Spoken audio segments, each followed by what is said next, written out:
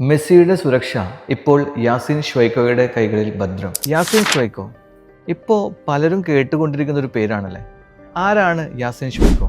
ലോകം കണ്ട ഏറ്റവും മികച്ച ഫുട്ബോൾ പ്ലെയറിൽ ഒരാളായ സാക്ഷാൽ ലിയോണൽ മെസ്സിയുടെ പേഴ്സണൽ ബോഡി ഗാർഡാണ് യാസിൻ ഷ്വൈക്കോ.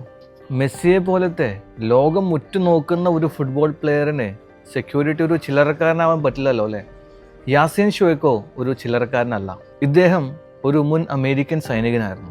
വിദഗ്ധ പരിശീലനം നേടിയിട്ടുള്ള യാസിൻ ഷ്വൈക്കോ അമേരിക്കൻ നേവി സീലിൽ ഒരു അംഗമായിരുന്നു. അസാമാന്യ ധൈര്യമുള്ള വ്യക്തിയായിരുന്നു യാസിൻ ഷ്വൈക്കോ. അതുകൊണ്ട് തന്നെ ഒരുപാട് സൈനിക മെഡലുകൾ ഇദ്ദേഹത്തെ തേടി വന്നിട്ടുണ്ട്.